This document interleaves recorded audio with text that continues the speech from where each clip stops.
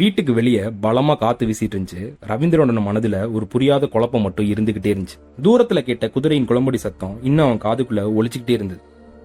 ஒரு நொடி கூட யோசிக்காம வீட்டின் வாசலை திறந்து வெளியே ஓடினான்.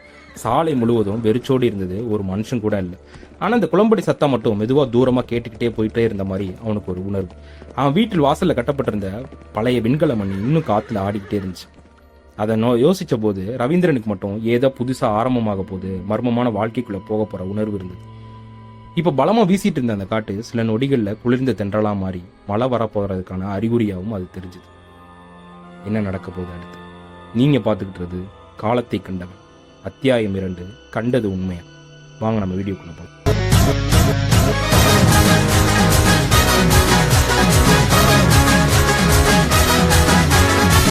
போலாம்.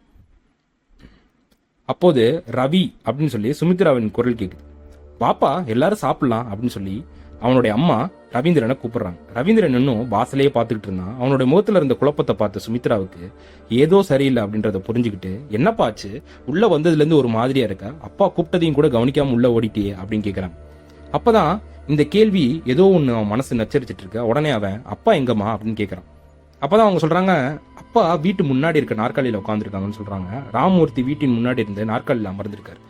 ரவீந்திரன் மெதுவா அப்பாவோட நடந்து சென்று அவசரமா உள்ள வந்த போது அப்பா ஏதோ சொல்ல வந்தது. அப்போதுதான் அவனுக்கு ஞாபகம் வந்தது. ஐயோ, அப்பாவை மதிக்காம உள்ள போயிட்டோமோ அப்படின்னு நினைச்சு, சாரிப்பா நீங்க கூப்பிட்டது கவனிக்கலன்னு சொல்றாங்க. அட, இதுக்கெல்லாம் மன்னிப்பு கேட்பாங்களா அப்படின்னு சொல்லி சிரிச்சபடியே சொல்றாரு. ஒரு சின்ன அமைதிக்கு அப்புறம் ரவீந்திரன் அப்பாவை பார்த்து, அப்பா இன்னைக்கு சதய திருநாளா அப்படின்னு கேட்கறான். ஆமாப்பா, சதய நாள் வந்தா உன்னை விட சந்தோஷப்படுறவன் இந்த வீட்டுல யாருமே இருக்க மாட்டாங்க. சின்ன வயசுல இருந்தே ராஜராஜ சோழரைய பத்தி எத்தனை புத்தகம் படிச்சிருக்க, இந்த நாளையே மறந்துட்டியா? அப்படி என்ன யோசனை உனக்கு அப்படின்னு கேட்கிறாரு. அந்த கேள்விக்கான பதில் ரவீந்திரனும் இல்லை. ஏன்னா அவனே அந்த நாளை எப்படி மறந்தானே அவனுக்கே புரியல. அந்த வீட்டுல வசதி அதிகம் இல்லை, ஆனா ஒன்றாக அமர்ந்து சாப்பிடும் பழக்கம் மட்டும் ஒரு நாள் மாறினதில்லை மக்களே. அந்த இரவும் எல்லாரும் வழக்கம் போல பேசிக்கிட்டே சாப்பிட்றாங்க. ஆனா ரவீந்திரன் மட்டும் அமைதியா சாப்பிட்றான். அந்த இரவும் கழியுது. இரவு ஆழமாகி கொண்டே போச்சு. வெளியே மெதுவான மழை பெய்ய ஆரம்பிச்சது. அது இடி மின்னலுடன் கூடிய மழையா இல்லைனாலும் மனதை அமைதிப்படுத்தும் ஒரு மெல்லிய தூரம். ஜன்னல் அருகே நின்றுகிட்டு மழையை பார்த்து கொண்டிருந்த ரவீந்திரன் வாழ்க்கையில நடந்தது, வங்கியில நடந்தது, மேலாளர் சொன்ன வாழ்த்தைகள், வீட்டின் தேவைகள், அதையெல்லாம் விட ஒரே ஒரு கேள்விதான் அவனை அதிகமா தொந்தரவு செஞ்சுட்டு இருந்துச்சு. அந்த மணி சத்தம், அந்த குதிரையின் குளம்படி சத்தம். யாருக்கு கேட்காத இந்த 2 சத்தம் எனக்கு மட்டும் ஏன் கேட்குது? அந்த கேள்விக்கான பதில தேடிக்கிட்டே எப்போ தூங்குனான்னு அவனுக்கே தெரியல. அடுத்த நாள் சனிக்கிழமை, வங்கிக்கு விடுமுறை. ஆனா ரவீந்திரன் மனதுக்குள்ள மட்டும் விடுமுறை இல்ல. இரவு முழுவதும் அவனை சுந்தரம் செஞ்ச அந்த கேள்வி இன்னும் அவன் மனசுலேயே ஓடிட்டு இருந்துச்சு. அந்த கேள்விக்கு பதில் கிடைக்குமோ என்ற ஒரு நம்பிக்கையோட அப்பாவின் பழைய பஜாஜ் ஸ்கூட்டரை எடுத்துக்கிட்டு அவனோட வழக்கம் போல அவனோட தங்கையை கவிதாவும் கிளம்பினான். அவர்கள் சென்ற இடம்தான் திருப்பெருந்துறை ஆத்மநாத சுவாமி. திருப்பெருந்துறை ஆத்மநாத சுவாமி 2000 ஆண்டுகளை கடந்தும் காலத்தின் சாட்சியா கம்பீரமா நின்றுட்டு இருக்கிற அந்த திருக்கோயில் ஒவ்வொரு கல் துணிலும் ஒரு கலை, ஒவ்வொரு சிற்பத்திலும் ஒரு வரலாறு. ரவீந்திரனுக்கு அந்த கோவிலுக்குள்ள நுழைந்த உடனே கிடைக்கும் அமைதி வேற எங்கேயும் கிடைக்கலன்றதான் வாழ்க்கையோட நிதர்சனம். அப்போ கவிதா கேட்கிறா, அண்ணா சீக்கிரம் வாங்க, சக்கரை பொங்கல் தீர்ந்துடும் அப்படின்னா. ரவீந்திரன் சிரிச்சுக்கிட்டே, உனக்கு சாமி முக்கியமா சக்கரை பொங்கல் முக்கியமா அப்படின்னு. சாமியும் முக்கியம், சக்கரை பொங்கலும் முக்கியம், வாங்க அப்படின்னு சொல்றா. அவளுடைய பதிலை கேட்ட ரவீந்திரனால் சிரிக்காமல் இருக்கவே முடியல. நேற்றிருந்த குழப்பம் சில நொடிகள் அவனை விட்டு விலகிச்சு. அவங்க 2 பேரும் சக்கரை பொங்கலை வாங்கி சாப்பிட்டுக்கிட்டே கல் மண்டபத்தில் வந்து உட்கார்றாங்க. தூரத்துல 2 பள்ளி மாணவர்கள் ஸ்கூல் பை கையில நோட்டு பேசிக்கொண்டே வராங்க. அதை பார்த்த உடனே, டேய் தமிழையா சொன்னார்ல உலகத்திலே முதல் குடலோலை தேர்தல் எங்க நடந்ததுன்னு, உத்திரமேரூர் கல்வெட்டு தானே அது? அந்த புத்தகம் எங்க இருக்குன்னு எனக்கு தெரியும். அந்த ஒரு வார்த்தை ரவீந்திரன் காதுகளில் மட்டும் பலமுறை ஒழிச்சுக்கிட்டே இருந்தது. உத்திரமேரூர் கல்வெட்டு, உத்திரமேரூர் கல்வெட்டு. ரவீந்திரன் வேகமா எழுந்து அந்த மாணவர்களிடம் சொல்றான், தம்பி உத்திரமேரூர் கல்வெட்டா, அதை பத்தி உங்களுக்கு என்ன தெரியும்?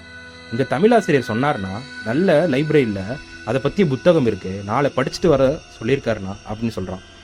லைப்ரரி, அந்த ஒரு வார்த்தை ரவீந்திரன் அடுத்த பயணத்தை முடிவு செஞ்சது. உடனே 2 பேரும், அண்ணா கையவாது கழுவிட்டு போலாமே, ஏன் இவ்வளவு அவசரப்படுத்துற, நேரமாச்சு, லைப்ரரி மூடிடுவாங்க வா அப்படின்னு சொல்லி அவனை தரன்னு இழுத்துட்டு போறான். ஒரு சக்கரை பொங்கலையாவது நிம்மதியா சாப்பிட விட மாட்டாரு ஷோ அப்படின்னு சொல்லிட்டு புலம்பிக்கிட்டே கவிதாவும் அவனோட சேர்ந்து லைப்ரரிக்கு போறாங்க. அந்த அரசு நூலகத்துல அந்த சிறிய ஊரின் ஒரே ஒரு அரசு நூலகம் அமைதியோடு மூச்சு விட்டு கொண்டிருந்தது. புத்தகங்களின் வாசனை ரவீந்திரனுக்கு புதிதல்ல. ஆனா இன்று அவன் தேடுவது ஒரு புத்தகம் மட்டும் இல்ல. அவன் புத்தக அலமாரிகளை தேடுறான், கிடைக்கவே இல்லை. ரவீந்திரன் உடனே சார் அப்படின்னு சொல்லி லைப்ரரியனை அழைக்கிறான்.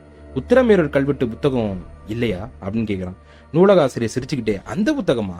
அந்த புத்தகம் இது வரைக்கும் 3 வருஷமா யாரும் கேட்கல, அதனால தூக்கி உள்ளார வச்சிட்டேன். உனக்கு எதுக்கு அந்த புக்கு? சரி எதுக்கோ, யாரும் கேட்கல தம்பி, இரு எடுத்துட்டு வரேன் அப்படின்னு சொல்லி நூலகர் உள்ள சென்று பழைய தூசி படந்த ஒரு புத்தகத்தை எடுத்துட்டு வர அது மெதுவா ரவீந்திரன் கைகள்லையும் வைக்கிறார். ரவீந்திரன் புத்தகத்தை திறக்கிறான். அடுத்த நொடி ஒரு பழைய தோல் சுருள் புத்தகத்திலிருந்து தரையில விழுகுது. தப்புன்னு சத்தம். ஏன்னா நூலகம் எவ்வளவு அமைதியா இருக்கும் எல்லாருக்கும் தெரியும்ல. அப்படிப்பட்ட அமைதியான இடத்துல ஒரு புத்தகம் தொப்புன்னு விழுந்தாலோ இல்ல ஒரு பொருள் விழுந்தாலோ தப்புன்னு சத்தம் கேட்கும்ல, அந்த மாதிரி கேட்குது. ரவீந்திரன் குனிந்து அந்த தோல் சுருளை எடுக்கிறான். மெதுவா அதை விரிக்கிறான். வரைபடத்தை காட்டாமலே அவன் முகத்தை நம்மளுக்கு புரிய வைக்குது. அவன் ஏதோ ஒரு அதிர்ச்சியான ஒரு சம்பவத்தை பார்க்க போறான்னு. அவனோட வாயும் அதை அறியாம தஞ்சாவூரா அப்படின்னு கேட்குறான். தஞ்சாவூர் சம்பந்தப்பட்ட ஏதோ ஒரு விஷயம் தான் புரியுது. என்னவா இருக்கும்? ஸ்டே டியூன் மக்களே, பார்க்கலாம் அடுத்த எபிசோட். நீங்க பார்த்துட்டு இருக்கிறது வாய்ஸ் நெக்ஸ்ட் சேனல். நான் உங்கள் நண்பன். இது நமது வரலாறு. நன்றி.